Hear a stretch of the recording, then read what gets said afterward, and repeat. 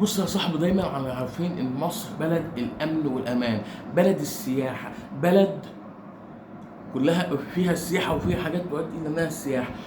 بس حضرتك تخيلت ان في مصر، ان هحكي لك عن مكان موجود في مصر، والمكان ده لو دخلته تحس نفسك، تحس نفسك في كوكب تاني غير كوكب الارض وتنسى نفسك.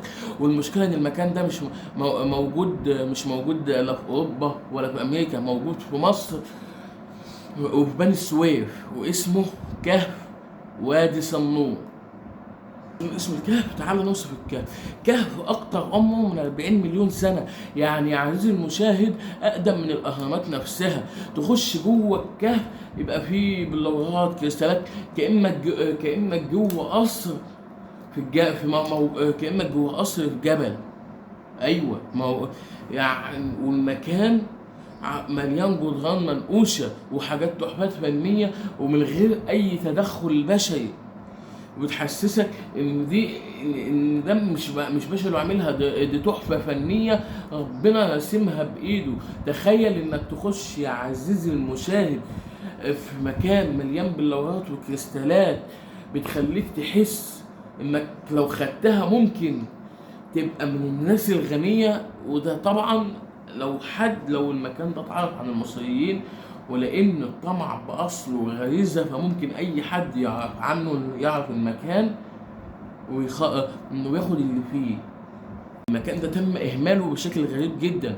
ازاي تم اهماله، او انه مش بالمعنى الاصح، او بالمعنى الاصح ان الناس اللي ما تعرفش عنه حاجه. حضرتك اقول لك حاجه، مع الاغرب من جماله والكريستالات والبلورات الموجوده جواه، الا انه مش مشهور عند اهل البلد، على اهل بني سويف، لانه غير معروف اعلاميا ولا سياحيا. وده الغريب، مع ان في علماء من اوروبا جم يستخدموه واستغربوا ان الحاجات اللي فيه مش موجود في اي كهف في العالم عزيزي المشاهد. وخلي بالك عزيزي المشاهد ان الكهف ده اسمه دلوقتي محمية وادي صنور. ايوه، محمية وادي صنور، اي ان الدولة اعترفت بيه، ولكن اهل البلد نفسهم ما يعرفوش عنه حاجة، وانه لم يتم تسويقه اعلاميا ولا سياحيا ابدا، لان الطريق بنفسه اللي يؤدي الى الكهف غير ممهد اطلاقا، ودايما مليء بالمطبات اللي لا يمكن ان تكون مكان سياحي عامه.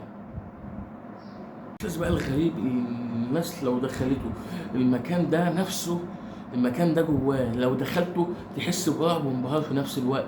ممرات ساكنه وممرات ضيقه ودنيا ساكنه وحاره ثابته، وكانك بتمشي جوه باطن الارض، وبتحس ان في حاجه شايفاك وحد بيراقبك، وانك دخلت مكان المفروض ما تدخلوش ابدا.